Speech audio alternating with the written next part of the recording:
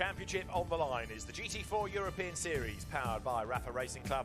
Welcome everybody to Barcelona. We have Silver, Pro-Am and Am. Am and Pro-Am have been decided, but Silver I think is going to go down to the wire because it is wide open between 4 different teams, and it's such a competitive championship, such a competitive season, that it is very unlikely that it's going to get sorted out today. What we do have though is another important step towards deciding a champion, and no doubt another very dramatic race indeed. Ben Constanduras and David Addison trackside, and the cars making their way round to the grid for this 1 hour race. The countdown continuing, and the grid is, I was going to say full. There's one gap I've noticed a little bit further back where we have a missing Stanislav Safronov and Alexander Weintraub Porsche. But as far as the Silver Championship is concerned, it looks like this, with Gabriele Piana and Michael Schrei ahead of Bake Bessler and Tom Edgar.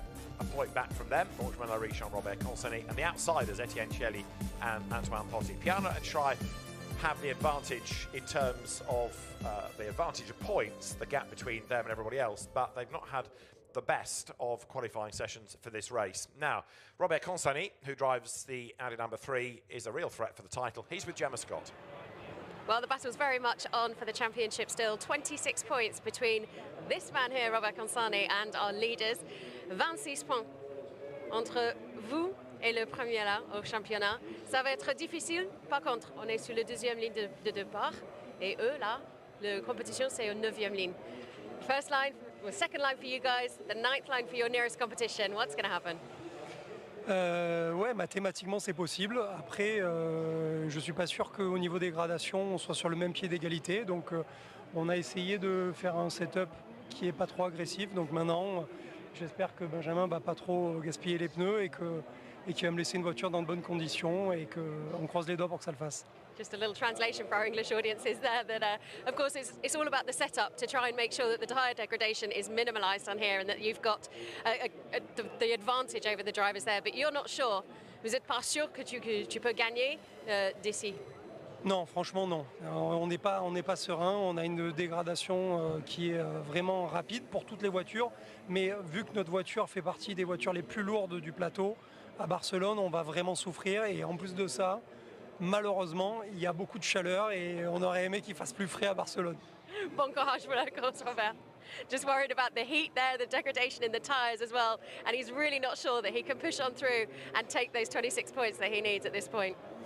Well, let's see. Certainly that is going to be a competitive car, no question. And it is a McLaren on pole position for this race, which is going to be started by Josh Rattigan. There it is. And Ben, it was a fascinating qualifying session, and it puzzled us a bit as to where the pace of the BMWs had gone to, because it came back for Q2, but the BMWs really struggled earlier on in the day, didn't they? Yeah, absolutely. And that really has set a bit of a precedent for our race, with 2 BMWs in the championship fight for silver, and one with that healthy points advantage in the number 2. Certainly we're going to be squeezing the championship up at the end of this race, unless something quite remarkable can be found pace-wise from the number 2. What we know though is these races do provide everything, including drama and safety cars usually, which closes the field up. And when we have these situations where in the Pro-Am entries, the pro drivers start, then the AMs really have to make the difference in the second part of the race. Here is a car that we have seen previously. It's had 3 separate sets of drivers in it throughout the season, and it has, quite confusingly, a driver with a Codis ASP race suit on in the hands of Jim Pla and Jean-Luc Boblic alongside him, starting at the back of the field for race 2, but the front for race 1. Now, that, I suspect, is going to be able to help at number 3. But what about the other championship contenders? Michael Schrei is with Gemma. Well, I can certainly vouch for Robert Consani with the heat down here, blazing down on the cars. Michael, leading the championship, 9th row. Are you confident that you can push on through and still take a podium from here? It's going to be hard. I mean, it's a long race. It's a lot of heat. You said it already. We have a good gap of points right now, but we are also pretty far back behind in the starting grid, and the other guys are in the front. So we have a long way ahead, and we will see, and we will try our best. Have a great race. Thank you very much. Thanks. Wanted to know why. Because in qualifying 2, the BMWs were strong, but in qualifying 1, They were nowhere. And that has put Schrey down there, and even further back is the number 12 car of Tom Edgar, 36th spot in the top of shot. And that's supposed to be fighting the championship as well.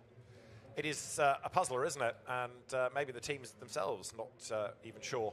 So there, the grid. There is that one gap, as I say, where Stanislav Savronov's NM racing team, Mercedes, should have been, but is missing. It might be trapped at the end of the pit lane. We'll have a look when the cars are released. Very, very busy grid. Now there is 78, third on the grid, Jack Mitchell. He's going to start. Jack, very versatile. We've seen him in the British Touring Car Championship, in China GT, in Minis, GT4, you name it, he's driven it. And interestingly, sits in third, directly behind teammate Ratikin. So the two yellow Elite Motorsport McLarens could follow each other into turn one on that inside line. Problem is that the circuit then goes left afterwards, so it can always cause a little bit of, confusion as to where you're on the part of the track. You're right, they've got the inside line, nose to tail, the outside line, two Team Speed Car Audis.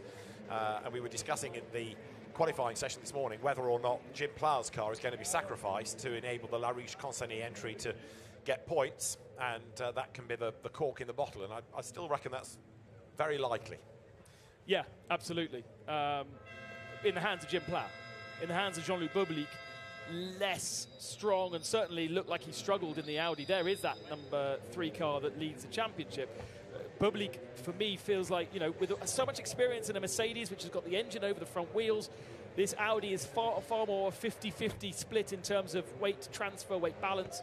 And I think perhaps Jean-Luc Bobelik will be really struggling in the second half of the race when Robert Consani will take over from Benjamin Lariche.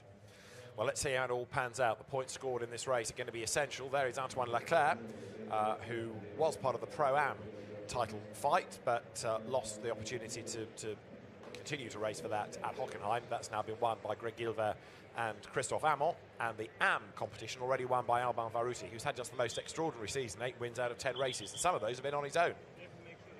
Yeah, sharing with Julien Piget this weekend, who's back, but Piget doing other championships, which means he can't always be with us.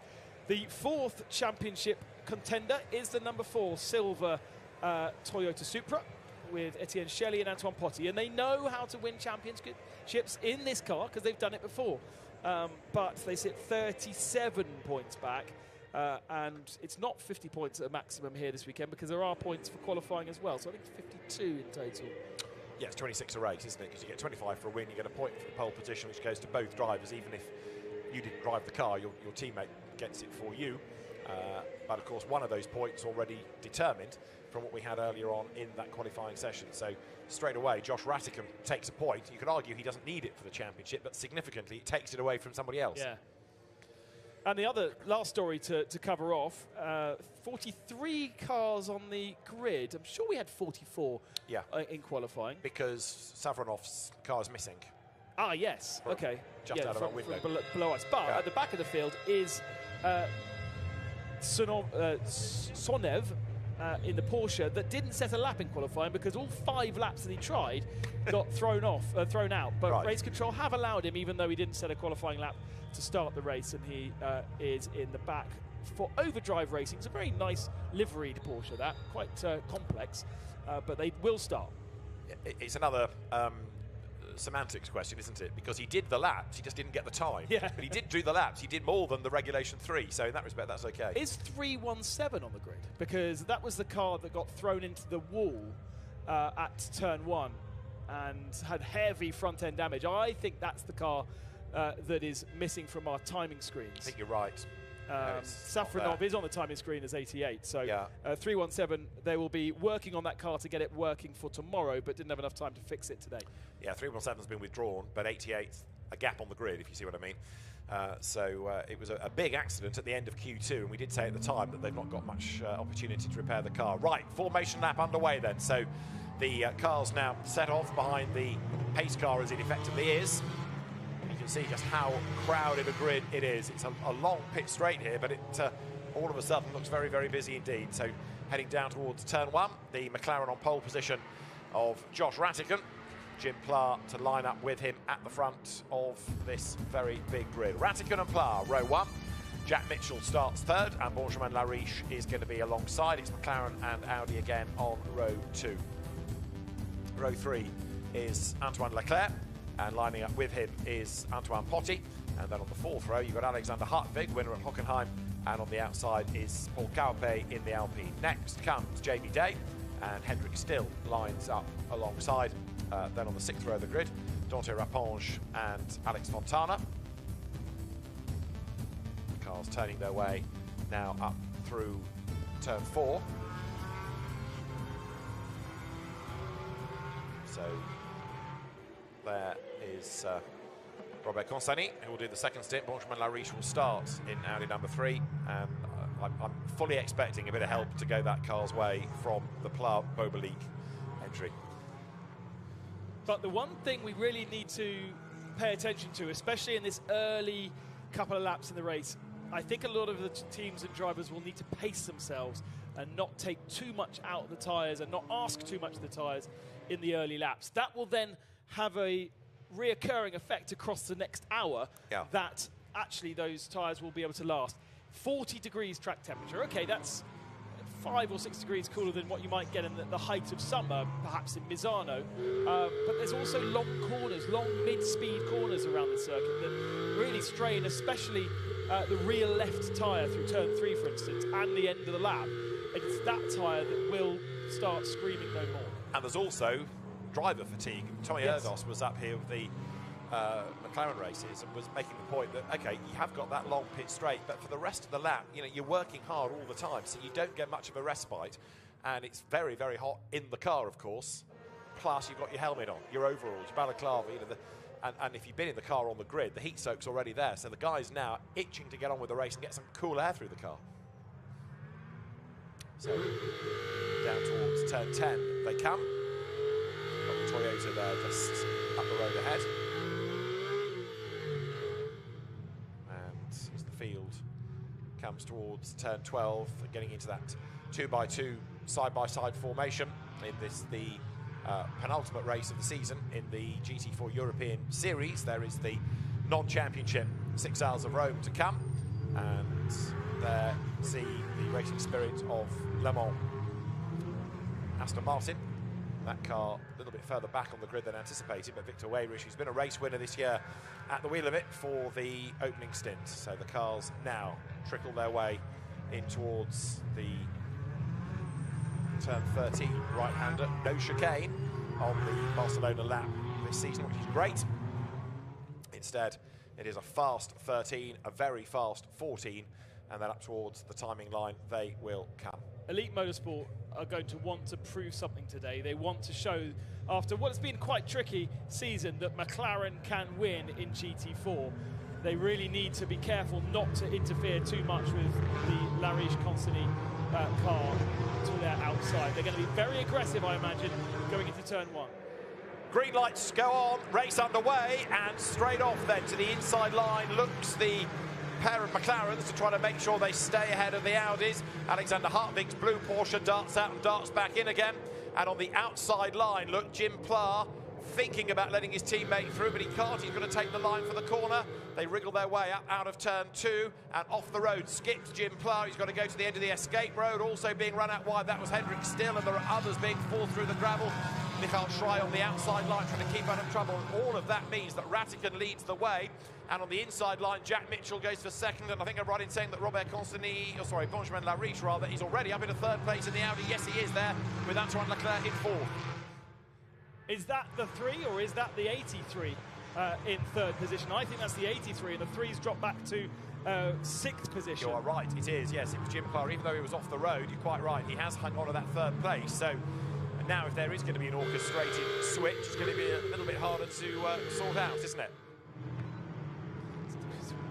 Amazing to see so little grip going through turn 1. They were sliding around, scrabbling for grip. We had a couple of cars off on the outside of turn 2. I think everybody's actually managed to make it to the second half of the lap. 2 cars certainly off heavy into the gravel, and here comes that little Alpine of Antoine Leclerc looking down the inside to try and find a way through.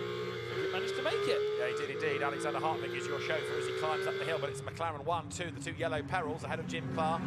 Fourth is Leclerc, fifth, and it's Hartwig.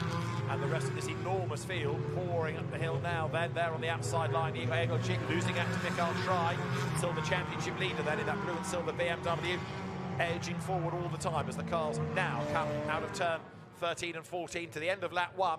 So for Eddie Ives' team, Elite Motorsport, it is Raskin in the lead, and big damage done there for the Gustavo Xavier Charles Dawson Porsche. It is Gustavo Xavier at the wheel of it, and that's going no further. Just having a look to see who's dropped back. The Bachmann Aston Martin down a long way, down in 26th position.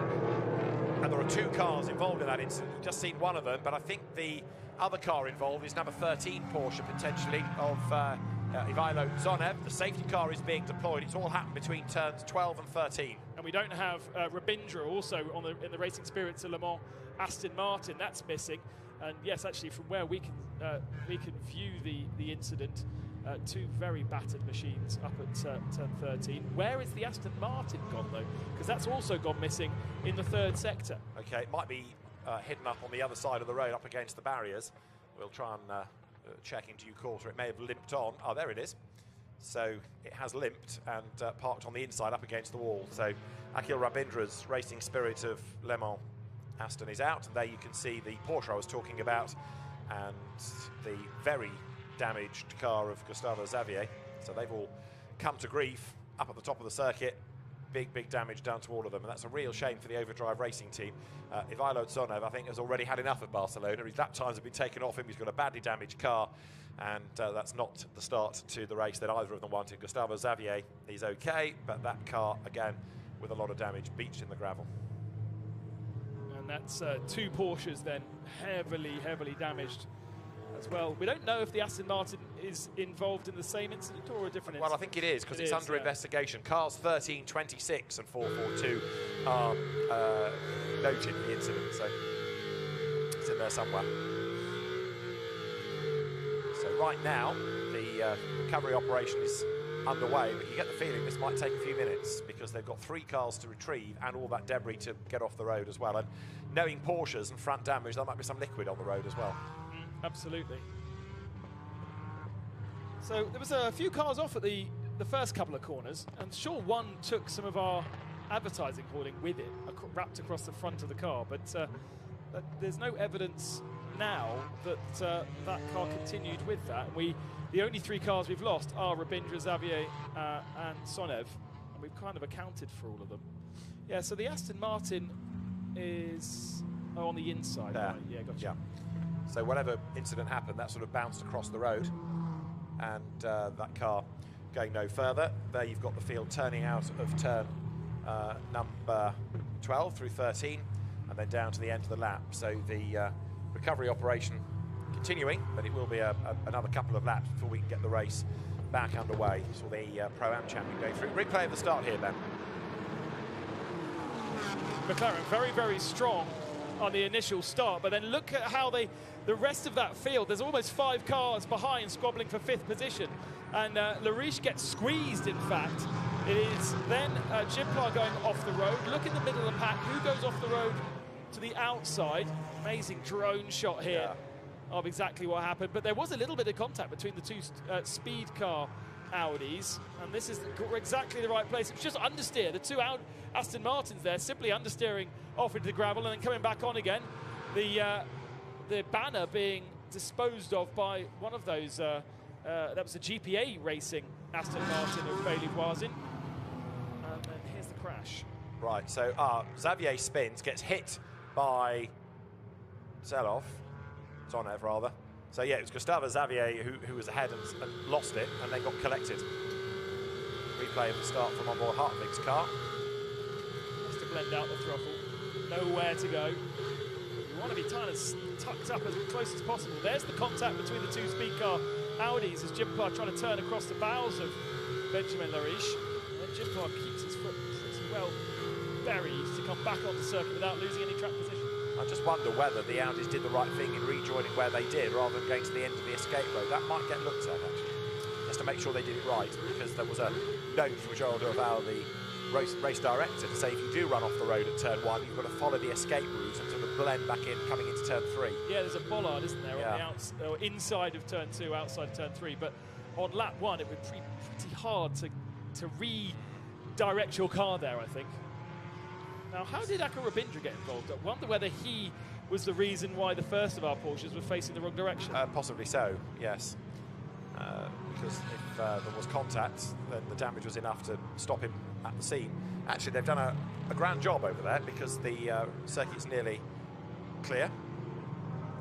So, provisionally, at the moment, this is the constant if of things staying as they are. But Benjamin Lariche and Robert Consigny would move up to second in the silver standings. But there's an awful lot that can pan out of this yet. And this is only race 1 of 2 anyway.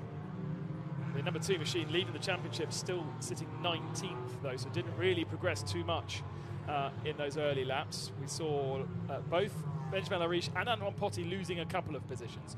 Actually, Jamie Day in the number 5 was a strong mover in the Mirage Racing Aston Martin. He's got up to 8th spot. Shrey in 19th. What about Tom Edgar, 30th? So he made up 6 positions. 19th, you're right. 12th in class. Okay. But that doesn't help because that's out of the points. It's the top 10 only that score. So yeah, number 2 BMW still needs to make progress over the course of the race once it gets back underway. There it is. Number 2. It's one of the smartest cars on the grid. You saw how well it went in the hands of Gabriele Piana, so it may well come alive in the second stint, of course. Lots of energetic weaving going on from Michael Shrey. Good news is this is protecting the tyre a little bit. They're not having to go at full racing speed for the full hour now. Temperature in the air has dropped below 30 degrees for the first time since probably about 9 o'clock this morning.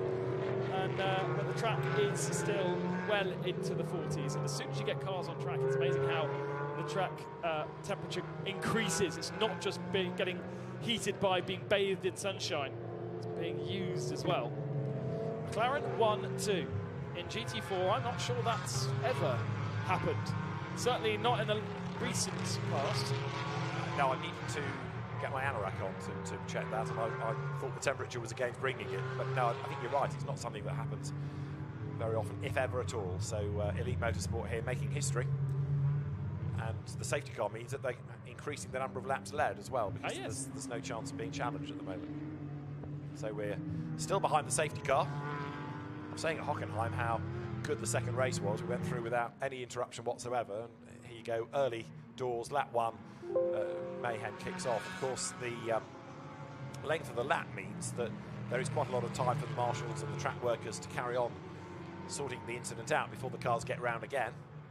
And in fairness, the safety car going at a decent lick to keep the tyre pressures and temperatures up. Also amazing to see how many people are around in the paddocks and in the grandstands.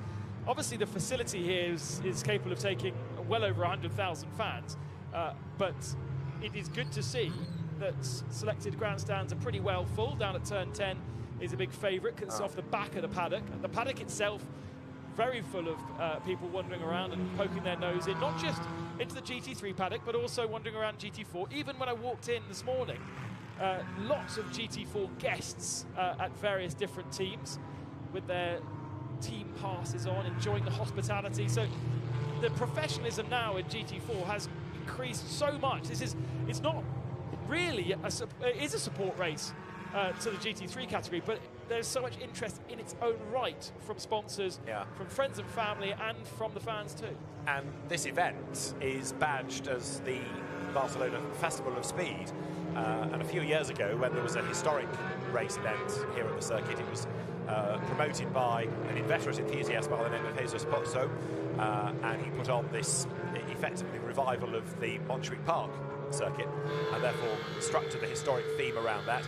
The historic event is no more because it was difficult to attract people here. It wasn't a circuit with a historic racing connection, and from the UK it was a bit of a slog and people didn't come. So what he's done is concentrate his efforts on this event, and it is more than just a race meeting. You know, there's a drag race competition on track tonight. There are show and shine shows around the facility here at Barcelona. You know, there's an extra catering area. There are supercar displays. You know, it is more than just come and watch some racing, and that's being reflected in, as you say, a bigger crowd. And they do seem to love their racing here. Yeah. And they will hang around as long as there's racing on circuit and action on circuit. There's a sim race for people to watch this evening, as well as the drag race that is happening at the same time. And sometimes the car shows out the back of this main grandstand are incredible. Yeah. I'm not interested to note that Andreas Bachmann in the 19 machine has been noted as making contact or an incident that involves Akko Rabindra. So Rabindra has been he's under investigation for the Porsche incident, but we never saw him being part of that. Maybe also got involved, or solely got involved with Bachmann as well, because they lost 9-10 positions from the start. It is conceivable that Bachmann and Rabindra got together, and the legacy of that was that Rabindra then tagged 442 Porsche, which was then walloped by the other one. So yes, it could have been a sort of chain reaction, really. Cars have passed the incident zone, which is at the end of the lap. Marshall's still very much trying to clear up the gravel from up there and the various bits of car. And as you say, with various bits of cooling in the very front of these Caymans, very easy to pull that off and empty your liquid onto the circuit, just on the exit of 12. We go for another lap. Now, the pit window is at the middle of this race. We've just had the McLaren Trophy, which always confuses me when they move their window around, but in the GT4 European Series, much like in a 1 hour GT3 category race, the window is a 10-minute window right in the centre of this 1 hour, and therefore we've got about 50 minutes still of these drivers to be in the car. Yeah, 25 to 35 minutes is that window time. And there is Jean-Luc Bobelic in the grey and Robert Consonny in the white top, discussing how they're going to win this championship for Robert Consonny and Benjamin Lariche. Jean-Luc Bobelic was a winner in Valencia 2 weeks ago in GT2. And Robert Consonny looking forward to getting on board, even if it's only a relatively short stint. Yeah, Consonny's done lots of rallying. He's actually from the mountains of Aix-en-Provence. Okay. And so not far away from the Paul Ricard circuit, but has a huge amount of European rally experience to his name, and has only in the last couple of years switched over to car racing. And has been an absolute natural, because he's always been a very quick GT4 racer. Yeah. Also a partner of the Racing Lubes oil creator, which adorns. I don't know where the Burger King kind of logo comes from on that car. No. Maybe they just like it. So the field turning through. McLaren, Audi, Alpine, Porsche, Audi, Toyota, Chevrolet, Aston Martin, Chevrolet, and then Porsche to round out the top 10. There are still marshals busily working over on the exit of turn 12, and teams looking at data. But yeah, I think we're not going to get many laps in before the pit window opens here. May even have to be delayed. It's not recovering cars now, it's making sure that the road is clear and people aren't going to run over bits of debris, really. As you said, the safety car running at quite a speed. They're keeping the pace up here, which actually isn't necessary for the keeping temperature into the brakes and tyres, but it will be nice to have the airflow through the car, because there's nothing worse than slowing down. And it's slowing down where you get the heat soak into the cockpit and into you, basically. So it'll be very hot when running behind the safety car. But with this speed, it's not too bad. Of course, most of the circuit is clear to run fast. It's only around the back end of that where we've got the problems. And it does look like the marshals might be moving back into position. So maybe if we can go slow, yeah, safety car in this lap. Brilliant. Yeah, I was going to say there are fewer of them trackside, certainly. And you've got one or two of the teams saying that some cars have been gaining an advantage by track limit abuses, and others complaining that people aren't respecting the safety car process. So there's a lot for race control to unravel, but the first thing is to get the race back underway. How did you gain advantage, presumably before the safety car rather than under the safety car? Yeah. So the first couple of corners that we saw from the drone shot of cars running off the road. Right, so we're going to go back racing this time, and we're going to have round about 7 minutes before the pit window opens. Got the FPV drone up at the moment. Two different types of drone, one that can chase and one that does beauties. does the drone have to observe track limits? Does it have to actually hover over the tarmac, or can it stray over the curb? I bet there are some rules. Yes. I bet there's lots of rules to allow it to operate a drone. It's funny watching an FPV drone pilot, because he's just standing completely still, but he's watching himself chasing these GT4 cars around. Waiting for his body to sway. Right, so we've talked about team orders at Team Speed Car. Well, that's unravelled a little bit, but what about at Elite? Because here you've got the two of them running together. Bit of liquid down on the road. Look, we're about to go racing then. The green flag is ready this time as the cars come out of turn 13 then. So down towards the right-hander that brings you onto the pit straight. The McLarens 1 and 2 go racing again. The lights go green, the green flag waves. And now the real opportunity for the heroes is to do a really good dive up the inside heading into turn 1. So as they head towards the braking zone, it is going to be Rattigan from Mitchell then, 1 and 2. Third is Jim Pla, and on the attack, look, is Benjamin Lariche. Also on the attack, Antoine Leclerc, and actually out of the leading sextet, nobody really gains that. No, they'll be a little bit careful going through these first couple of corners just to make sure that everything is up to where they expect. You don't want to be a hero or try to be a hero down the inside of someone as Tom Edgar makes a move and realises you don't have the grip or you don't have the braking that you were first expecting. So that's Edgar moving up into 29th position ahead of Anthony Beltoise. And Michael Schrei also needing to make progress in number 2 BMW as the rest of the pack battles on. Hendrik Still in the 10th place green Porsche there. Look at those two McLarens though. Look at the way they've extended the gap already. Big dive on the inside there. Jamie Day goes through, and that's a lesson learned for Antoine Potty. Jamie Day charging through on the inside. That was brave. Those that are cautious in the early laps and those that are brave, and obviously Jamie Day with the confidence underneath him to be able to lean on his car, and he moves ahead of one of our championship contenders as they all thread the eye of the needle through that tricky turn 7. And that bravery probably came from lots of seasons of Ginetta Junior racing, because you've got to be very competitive to win in that. Jamie Day did. So down they come towards turn 10. Now Jim Pla catching back up onto the tail of Jack Mitchell for second place as the field turns through. Dust being kicked up in the background. There'll be some more dust kicked up between 12 and 13, I think, where they put the liquid soak coolant clear-up operation done. So there'll be cement dust on the road to soak up the liquid. Here they come over the brow out of 12. There it is in the background being kicked into the air. Speedy dry. And number 20 Mercedes of Denis Bulatov out of turn 13. Gilbert and Fontana we're watching going side by side. Fontana's had to fall behind the Audi, the blue machine, but it's great to have Alex Fontana back in the championship with a second car from Century Porsche Trentino, and some very big names fighting just outside the top 10 as Benjamin Lariche looks to the inside but can't find a way past Anthony Hartwig. So Jamie Day up to 7th, Victor Weyrich up to 11th at the expense of Paul Cowpay. Rattigan to Mitchell was 0.6 of a second, and we've got about 5 minutes of counting before the pit window opens then. So these drivers now have a very limited amount of time to really make an impact, and Michael Schrei is not making an impact in BMW number 2. He is still stuck in that 19th place as there. Hendrik Still gets the hurry up from number 74 Aston, and Victor Weyrich right there behind him. Again, Benjamin Lariche looking down the inside. There is no space to pass Hendrik Still, Hartwig. He's not under pressure yet, though, from Jamie Day behind. He just seems to be a little bit off the usual racing line on most corners. Now Jim Pla, absolute best in the first sector as he chases after the McLarens once more.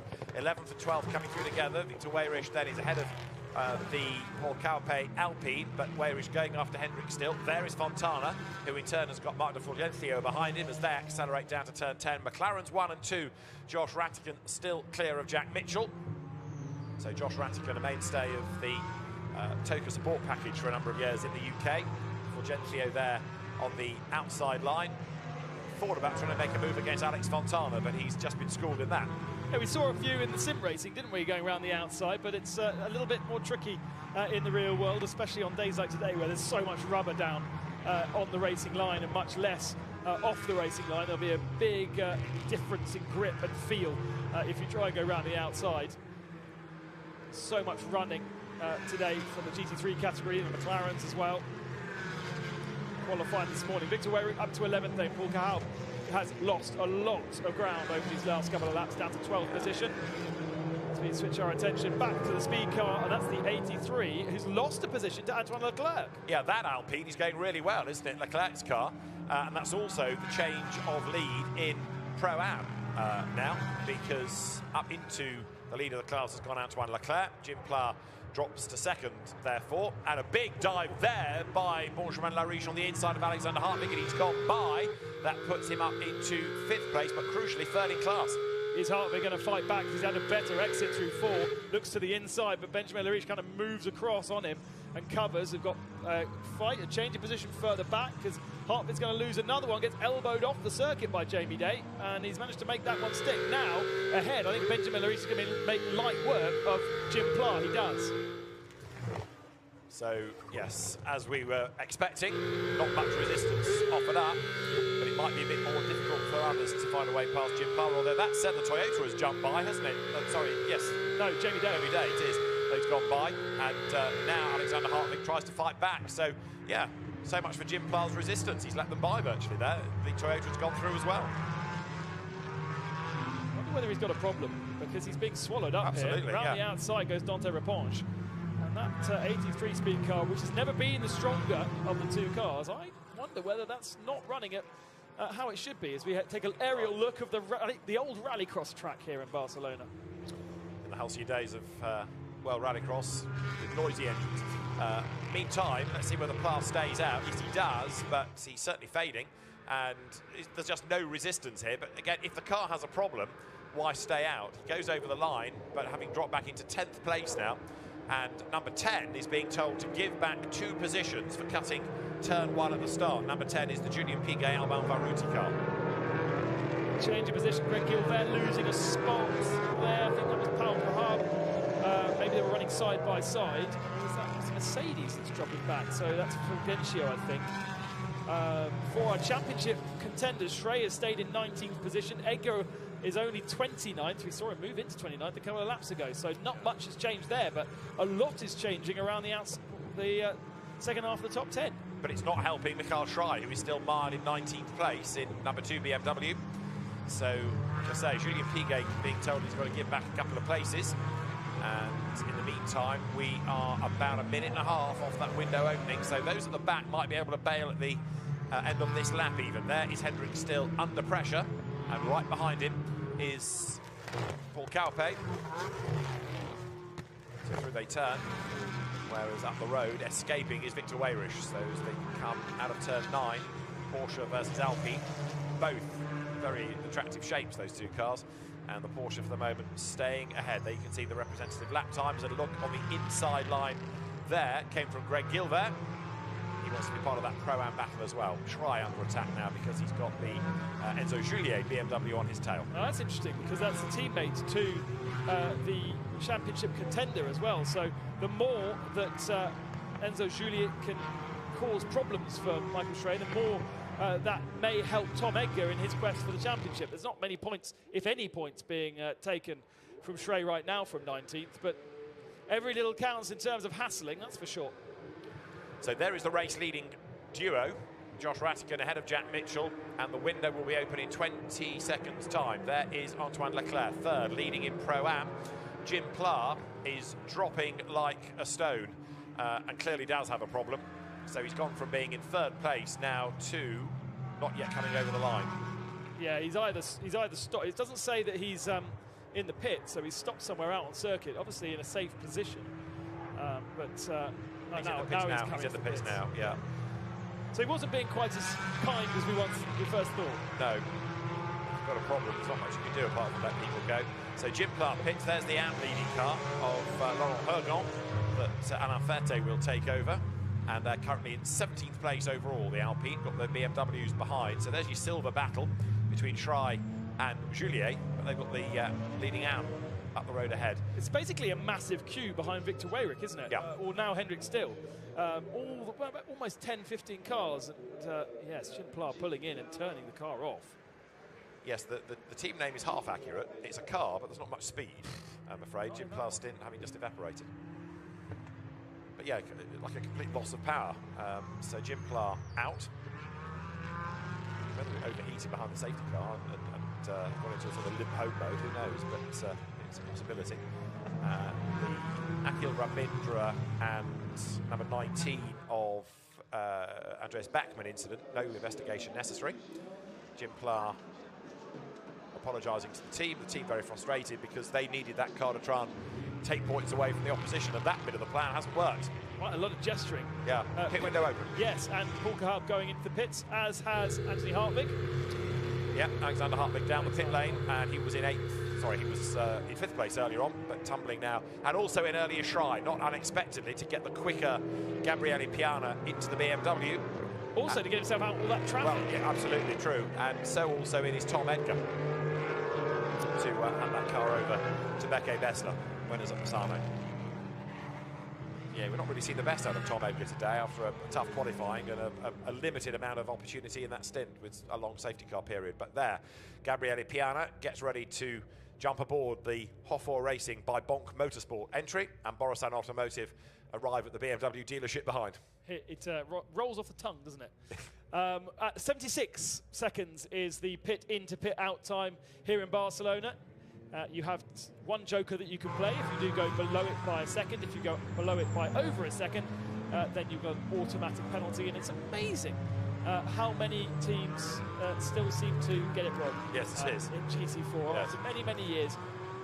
Big effort being made here. Hendrick still under attack. Greg Gilver in the blue Audi lines up, look down from the drone. Brilliant shot that. You see the Audi go through on the inside, picks up the place. Really nice move that. So Greg Gilver goes through. Hendrick still might be able to fight back on the run down towards turn 10, but Gilver covers off the line into the outside line. Contact with De Fulgencio. Around he goes.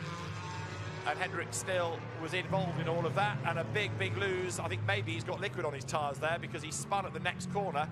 Front damage on a Porsche, possibly. Put coolant down. Let's see if anybody else catches any liquid in the slides. Here are those cars being released from the pits. Well, that it's got a puncture maybe rather than liquid has gone down, but Hendrick still gets going.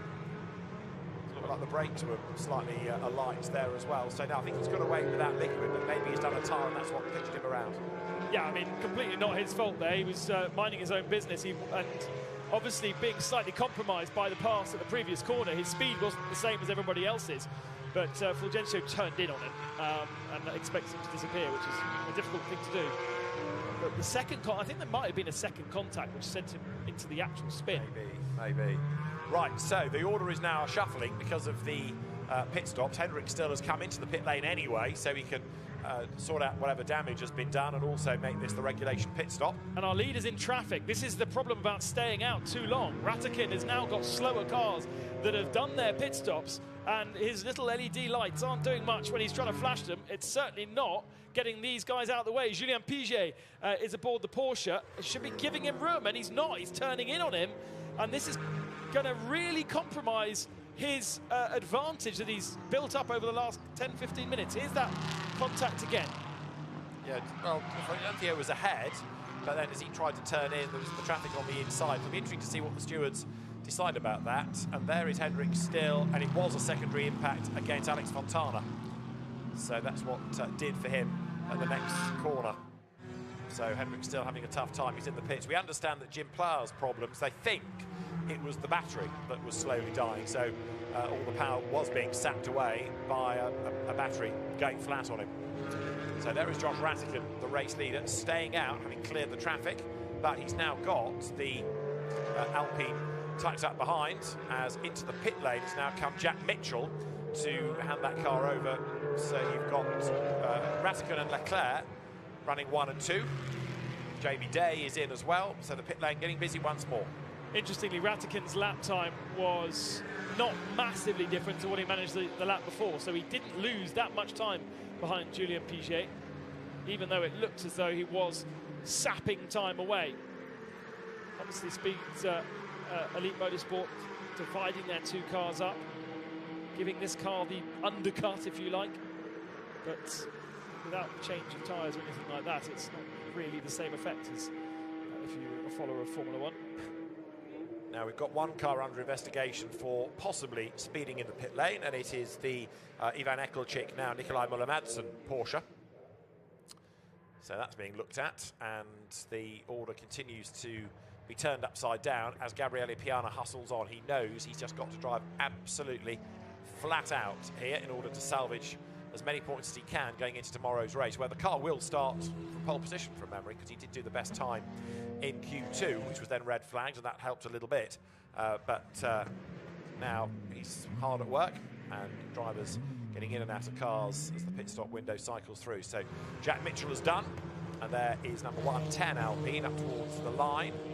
That's now Simon Thurman, who has taken over from Paul Caupe, and ahead, rejoining the race there, you've got the other McLaren. So now 78 of Alex Denning stays ahead, and also number 5, which Jamie Day has given over to Ruben Del Sart, stays ahead as well.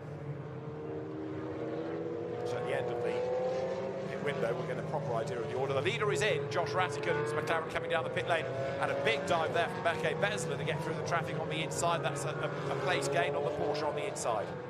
I get the feeling that once this shapes out, the number 2 might have gained quite a few positions, just from the positioning of where he was in relation to the 78 Elite Motorsport McLaren that we've just come out of the pits. Now we've got the number 3 in, Lariche handing over to Consony. That's the leader, the 77, but where does that car come out in relation to the 78 that is already out on circuit? Those are the big questions. So Tom Ensom will take over that car, another Ginetta Junior graduate. Anybody on a GT4 grid that's British largely has come out of Ginetta Juniors, it feels like. And in fact, even not British, Ruben Del Sart came out of that category as well. Antoine Leclerc then picks up the lead for the moment, with Dante Raponge and the Chevrolet running in second place. Are you all right in there, Sir Josh Rattigan? Yes, says Tom Ensom, door is closed. Interesting, he runs around the front, which isn't always the dumb thing, but good stint there by Josh Rattigan, and he's kept the car in the lead. There is 78 then. That is the car now of Alex Denning, on the back of Ruben Del Sart. So this is a battle for position. No, it's changed positions, because I think Denning came out ahead of Del Sart. They should have come out ahead of Del Sart because they've both pitted. So Del Sart has moved up ahead of the 78, and I don't think the number 2 is that far behind those guys. But Rattigan handing over now has a big advantage still. Now, where does the Audi rejoin in the pack? So, yes, it will be 77 Tom Emson to lead. Up into second place provisionally now goes Del Sart. Third is going to be Alex Denning. And then fourth is number 3, now Robert Consony at the wheel. Fifth is the Toyota. So that is Etienne Shelley. And the number 2's already gone through, I think. Yeah. But timing and scoring doesn't agree with us on that, because it's got Piana a long, long way down the order. So behind Simon Thurman's Alpine is where he is going to be. So 77 continues to lead Josh Rattigan. There he is, and it's quite a lead that's actually been gained on the pit stops, isn't it? Yeah. It's a much, much bigger gap than it was before the stops. Look in second. There is Ruben Del Sart. Third then is 78, Alex Denning. In fourth place now, Robert Consony. In fifth place is the Toyota in the hands of Etienne Shelley. In sixth place is going to be, that looks like 74 to me, yeah, Matteo Villagomez. Then I would offer you Simon Thurman and then Gabriele Piana. So still a lot of positions between the two. Yeah, and that's going to be factored in, because Antoine Leclerc now gives way in 36 to Jean-Bernard Bouvet, and that's going to blend back into that leading wave as well, hasn't it? Now, can the Alpine hang on to second place here? Let's see, down the pit lane. Second is a possibility. I think jumped ahead, hadn't it, before the stops, but here you go. Trouble is, he's not yet up to the pit lane speed limit line. Now he is, so Leclerc can accelerate away, but the Alpine's going to come out in second place. Is it going to keep second place heading down towards turn 1? Jean-Bernard Bouvet does indeed keep second. Third is Del Sart then. Fourth, it is going to be the second of the McLarens, which is Alex Denning's car. And look at all this traffic. So Gabriele Piana has got another wave to try to get past, including the Christophe Amon blue Audi there. Car 94, 10-second time penalty for speeding in the pit lane. Joel Joval's voice you hear, the race director, proclaiming the sentence on Nikolai Moller-Madsen, number 94 Porsche. The other one that is, the reason why that Aston Martin number 5 has got up so high in the field, as we've seen the number 2 get ahead of Christophe Amon, which is kind of expected. The number 2 is a silver, and Amon is an Am, is that their pit stop was a 1:15.1. So they have legally managed to do it 9/10 of a second faster than the prescribed 176 seconds.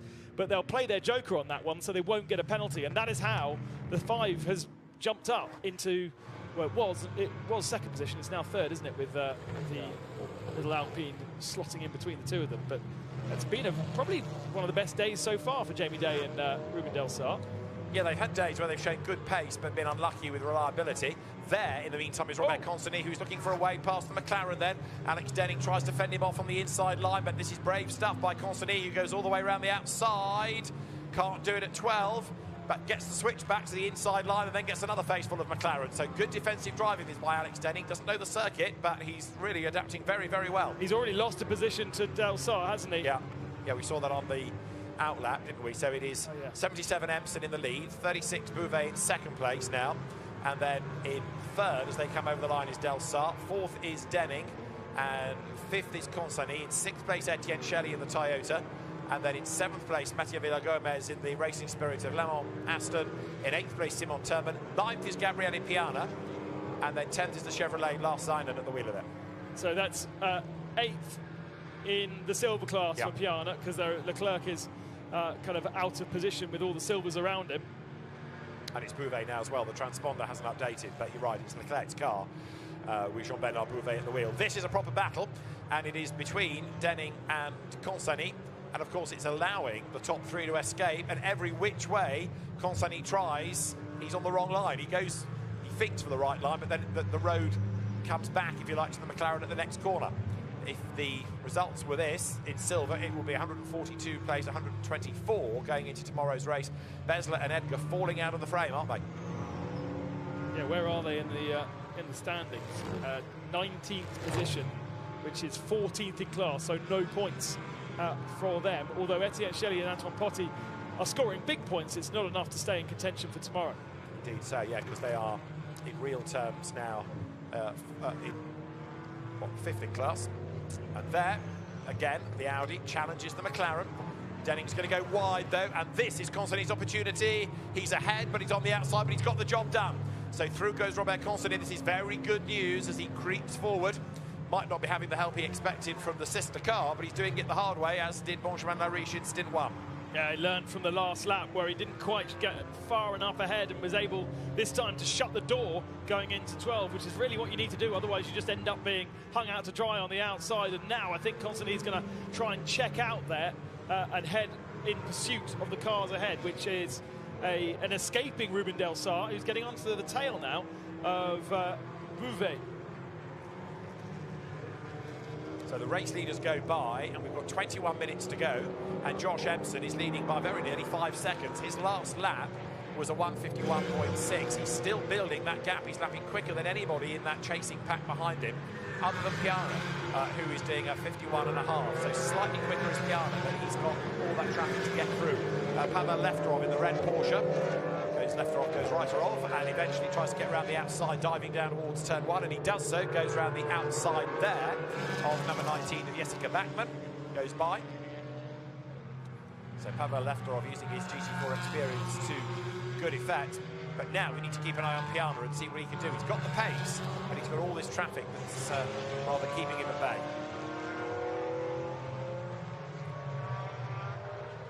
Lefterov now in 23, coming out of turn 4. And the next target is going to be the Ivan Jacoma Porsche, which goes wide, and the door opens on the inside line, and he should be able to go through. Yes, he does. Look down from the drone, the red came and goes through on the inside. At the back of that group is Filip Gogolik in the recovering number 4 Mercedes, and had that spin with De Fulgencio at the wheel earlier on in the race. Of course, this is right in the middle of the pack, but it is the overall battle for 22nd position. Fontana and Hoffman. It's Hoffman now aboard that car, because of course there are 2 Century Porsches with Jacoma sharing with Leutenweiler, and that's actually in the next group behind. Switcheroo, side by side, 2 by 2. That was Gogolik making the move in the Mercedes against Gregory Feisel's green Audi. Feisel's an experienced GT4 racer, but got done over there, didn't he? Good and proper. So Filip Gogolik, another from the German Championship, making progress. This is the fight for second place now. Jean-Bernard Bouvet versus Ruben Del Sar. got a very long memory. You might remember Ruben's father racing in single-seaters in the UK in the 1980s. Formula First, Formula 3. And Ruben, who came from Ginetta Junior racing into GT4, both Europe and in the French Championship, hustling on. And the Alpine good through the corners, the Aston good in a straight line. Yeah, I wonder how much recent driving or racing Jean-Bernard Bouvet has done. 8 appearances at the Le Mans in 1990s and early 2000s in all kinds of weird and wonderful machineries for these French teams that seem to crop up in the 24-hour classic. Well, like WM and WR and Deborah and all of those, yes. Yeah. Well, he hangs it out there, doesn't he, over the curbs. But one would assume he's done a bit of racing of late, if only to keep up his licence. So he comes down towards turn 10, and he's under attack, isn't he, now, from Ruben Del Sart, who gets onto the power. The Alpine looking a little bit edgy, but he cuts across and defends going up the hill. They do, though, don't they? They squirm around the Alpines. We saw that in qualifying, and maybe one of the reasons why one of them ended up in the wall before turn 1. It just, of all of the cars, they just look a little bit nervous. And they are small. I mean, even in comparison to the Aston Martin there, that seems to have a much wider, more planted track to it. Somebody's been a bit wide through the last turn, and they are now side by side. And this is where the grunt of the Aston should tell, surely. You see those little Alpines scamper away, though, down straight sometimes, such as a BOP, and actually they're totally equal to each other. Big lock-up by Del Sart. Tries to make the corner. Scrabbles in. I'm just wondering whether or not that was purely a lock-up or whether a tyre has gone as he hit the brakes. So let's see. He's got to blend back in. But Ruben Del Sart, there, heading back to the racetrack, but that's a costly drama.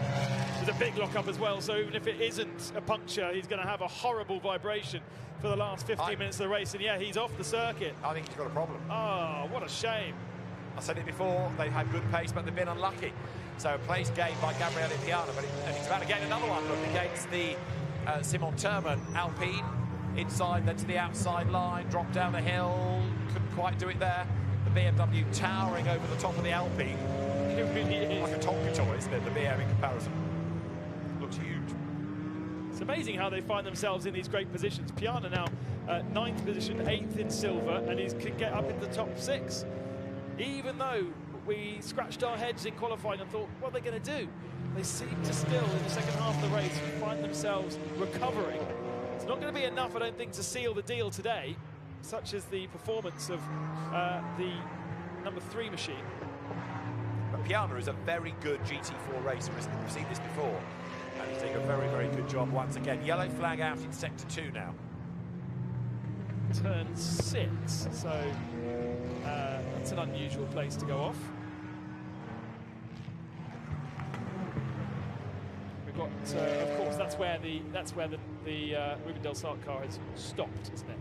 So yes. He's obviously not managed to stop in a safe enough place, and although that's a pretty good job. Marshals will be able to try and position that so they can push it behind the wall without the need for an intervention of a safety car or full course yellow. If that is a mechanical problem that stopped him from the race and therefore caused him to go up the escape road, he did a good job of saving it, because that could have been quite messy. Yeah. Cast your mind back to Antonio Pinsonia in a road-going Jaguar at turn 1 back in the early 2000s. If you don't know what I'm talking about, Google it. Remarkable. Right, here is Piana on the attack against once more. Simon Thurman goes one side, goes the other. This is for 7th place, but 6th in class. And they come now out of turn 4, nose to tail. The Alpine just having the advantage. So 14 points would be the difference between the number 3 and the number 2 going into tomorrow, with 25 points on offer, because we've already given 1 point away from qualifying. And the Besler Edgar car and the Shelley Potter car would be out of contention. 2-horse Audi versus BMW fight lunchtime tomorrow, the last round of this year's championship, where there is still the 6 hours, in theory, in Vallelunga at the end of October. Yeah, non-championship race planned. As there you see number 3, Robert Consonny, on the back of Jean-Bernard Bouvet. Now, to go back to your point about whether he's race rusty or not, if he is, well, Bouvet's doing a good job, because he's not cracked under the pressure yet, and he's not yet been passed by Consani, so he's defending nicely, all of which plays into Tom Enson's hands. So the British team, Elite Motorsport, could be on for a victory here because he's 7 seconds up the road, nearly 8 seconds up the road now. Yeah, I think that change, Loic Villiger basically decided to stop after Spa, and although there hasn't been that many endurance rounds after Spa, GT4 have supported in Misano and Hockenheim. Yeah. So this is probably the third weekend for Beauvais. And so at least will be feeling comfortable in the car now. And obviously has the opportunity also to race in the French GT Championship as well. So many of these drivers are doing that. Aston Martin exploring, Mercedes exploring the gravel trap, and an odd gravel trap to explore, turn 10. Coming out of turn 10, you're quite right, running very, very wide. So that car delayed, but carries on. That's the Guillermo Asso-Ajo car. Good battle going on here. It's number 12 then, Bekke Besler tries to get himself up the order. Number 22, Porsche has fallen a long way back. That's Sharp's car. Alexander Hartley had him that leading dangle earlier on. So maybe there it is at the back of the queue. Maybe that's got a problem. They won the last race at Hockenheim. Go on board and see how congested it is for him. Trying to set a pass up here to do down the inside of turn 5. And gets one done. No, he doesn't. Mercedes goes all the way around the outside. 12 minutes on the clock.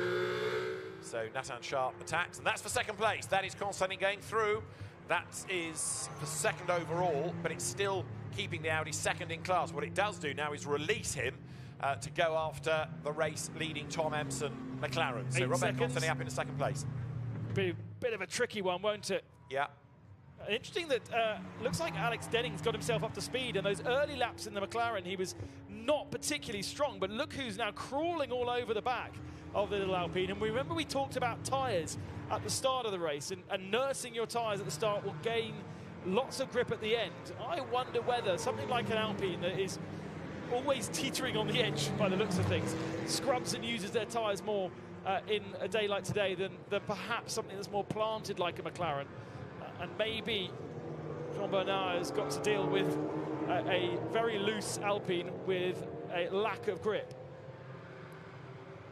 So there is Jean-Bernard Bouvet, who now really needs to be told by the team to pick his battles. He could afford to let Denning go and still be a class winner, rather than getting himself in a battle that he doesn't need to and could jeopardise the result of that car for Antoine Leclerc, of course. Christophe Amon down in 9th position. Yeah, second in class. So a long gap, a long distance between the 36 and the 42. And then third in that class, you have to go all the way down to the number 20, which has lost a couple of positions, which is the East-Side green Mercedes. Lucas Meyer at the wheel of it. 10 minutes and counting here in Barcelona race 1 for GT4 European Series. And Tom Emson's advantage is 9 seconds, so we thought it was going to be tricky from 8. He's extended it even further. It's down that back straight towards turn 10 they go. Now Bouvet coming under attack from Alex Denning. And Denning wants to be on his toes because there's a whole queue of cars behind him. There's Etienne Shelley's Toyota, there is Mathieu Villagomez Aston, Simon Thurman, and Gabriele Piana at the back. So that wave takes you down to 8th place. That's good news for Piana, isn't it? He can see points in front of him, lots of them, if he can move forward. But that's the problem, isn't it? As you've been making the point, the BOP does work incredibly well, and Simon Thurman is a quick driver, so also ahead of him is Mathieu Villagomez on home soil, so it's not going to be easy, I don't think, for Piana to wriggle through.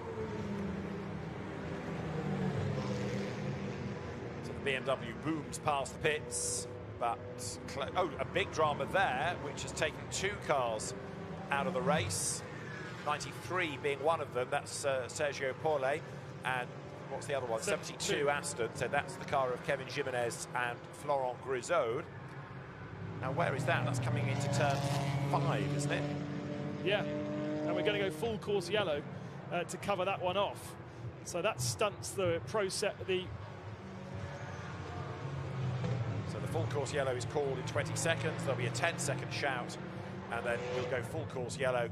That will neutralise the pace.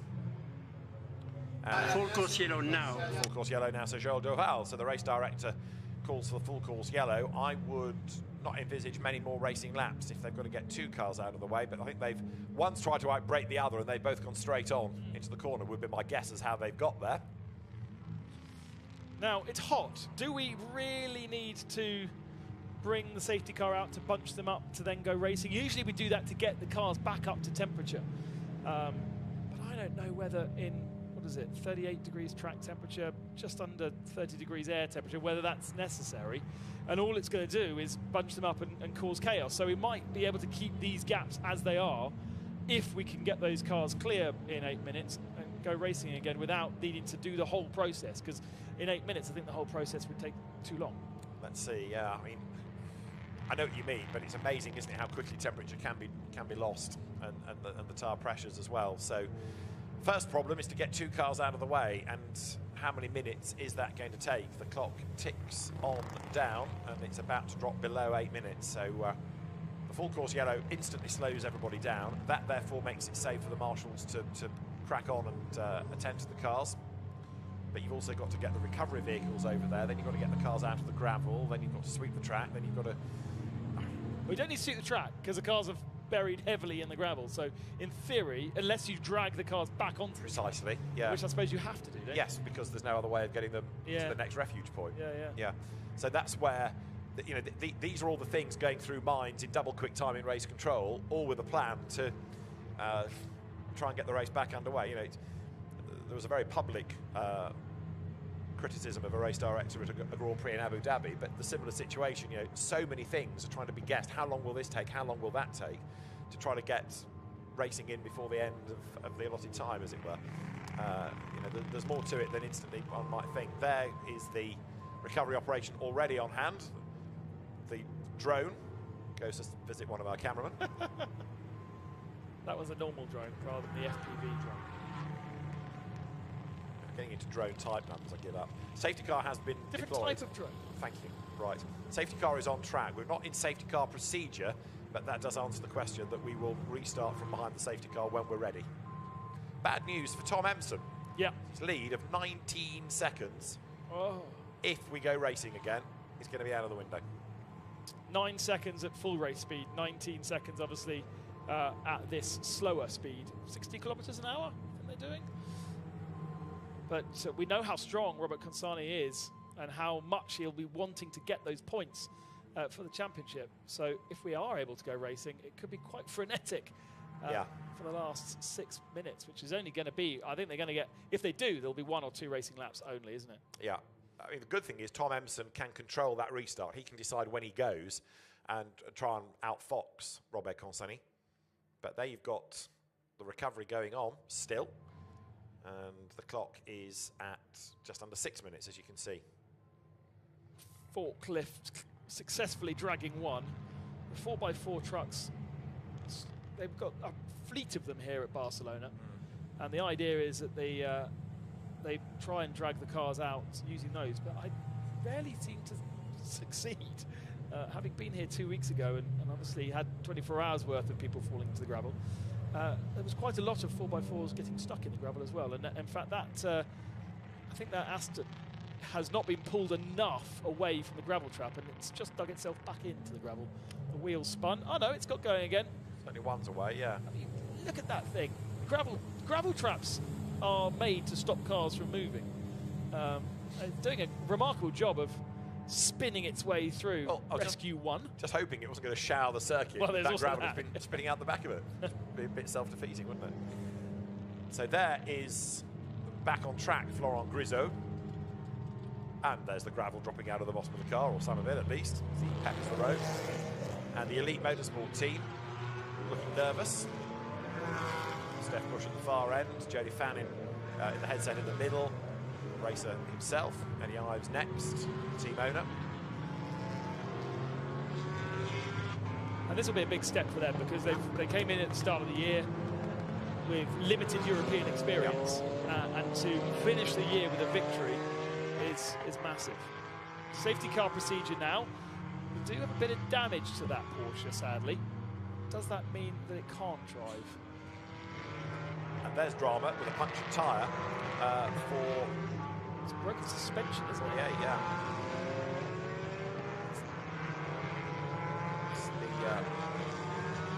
unrelated, presumably, to what's just happened. Yeah, Louis Merrick's car.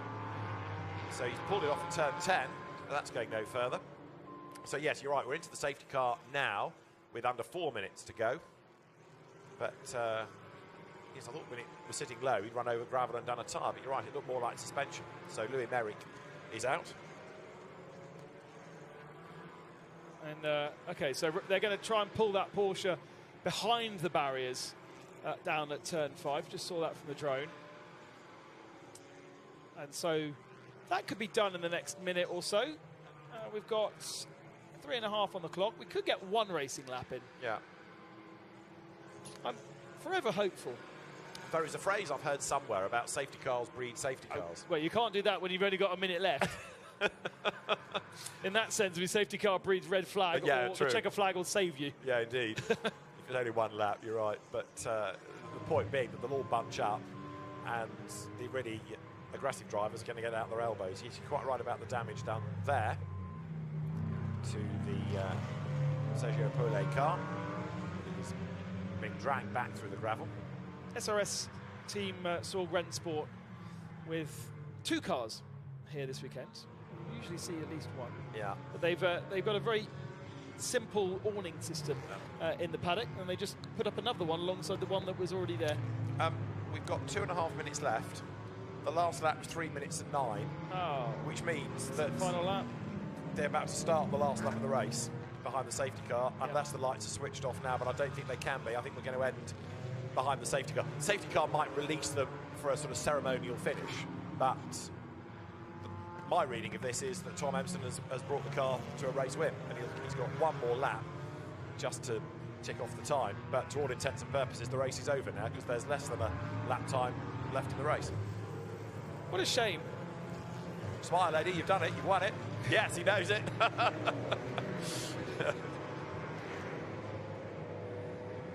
So, yeah, on to the last lap. It always slightly puzzles me when it is apparent that you can't have another racing lap, why you don't put the checker flag out a lap early. But anyway, they give the drivers the track time, I suppose, the mileage, and they'll bring them round behind the safety car. What about if you've only got a single car in a class, but they still need to do qualifying? Yes. Yes.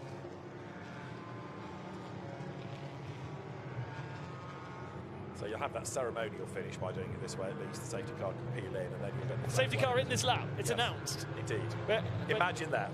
But it's not announced that it's the last lap. Well, I suppose it wouldn't be announced that it's the last lap. And it isn't a 1 hour plus 1 lap race like we have in no forms. No. You add a lap afterwards. So the safety car will peel in. If the leader gets to the line in under a minute, they'll get another lap. Ooh, the safety car is going to absolutely have to nail it, and presumably Empson is going to not want that to happen, so he'll back them up and go really, really slowly. The last lap was 2:25, and they have got half a minute to get round turns 10 all the way around to 14. It would be close. It would be close. It would if you've got a really heavy right foot. But Tom Empson might be... safety car's gone. I can see out the window that it's headed off. 15 seconds. But 14. Yeah. Okay. 13. 12. 10. And you can't overtake before the line, can you? No. So this is the order. Yeah. But it's going to look good for telly, basically. Look good for photographs. And it does give Tom Empson the opportunity to see the checker flag waved at him. So the safety car peels in. We will go racing up to the line, but you can't overtake until you get to the line. But it's still a good save for Robert Consonny to get second place and through to win race 1 of the weekend for Elite Motorsport. Josh Rattigan and Tom Empson. There's a mad scramble to the line, but it's a win for Elite Motorsport and a great effort. So Josh Rattigan and Tom Empson victorious. Second, Robert Consonny and Benjamin Lariche. And where out of all of that were Piana and Schrei. They were 7th in class. Could have been a lot worse. Could have been a lot worse. And they are in the pound seat tomorrow as well. So that is a great recovery drive from the number 2 machine. And big smiles down at Elite Motorsport. Yeah, it's a team that's come out of Ginetta Racing, juniors and seniors, expanded into single-seater racing in the UK in GB3, and now into GT racing, GT4 European Series, coming to circuits they've never been to before. learning about the track, having to garner the data. And it's been a good training ground for lots of young drivers. It was from Elite Motorsport, as an example, that Harry King came. Now one of the stars of Porsche Super Cup and Carrera Cup Germany. And race winners here, Tom Emson and Josh Rattican, victorious for Elite Motorsport. So the second race will determine a championship tomorrow in Silver. And it's going to be another fascinating race when we get on track for GT4 Race 2 tomorrow, and that will be at 11 o'clock. It's going to be the first race of tomorrow. And I'm very happy Tom Emson and Josh Rattican will go into that as race victors this afternoon.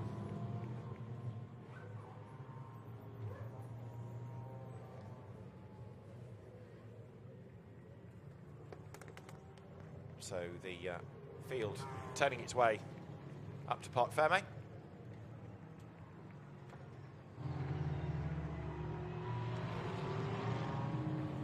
So there is the winning McLaren, and a really good job done by team and drivers alike. You could argue that the safety car periods, plural, did help.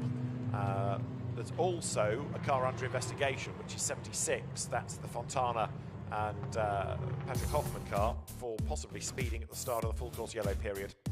So Josh Rattican and Tom Emson, the winners, from Benjamin Lariche and Robert Consigny. Antoine Leclerc third with Jean-Bernard Bouvet, then Jack Mitchell and Alex Denning. Fourth from Antoine Potier and Etienne Shelley. Top six rounded out by Victor Weyrich and Matteo Villa-Gomez. Behind them, to round out the top 10, Paul Calpe and Simon Thurman. Eighth, the Silver Championship leaders. A bit of a save this, with Michael Schrei and Gabriele Piana. Then the Pro-Am champs, Greg Gilbert and Christophe Amont, and the top 10 completed by Enzo Juliet and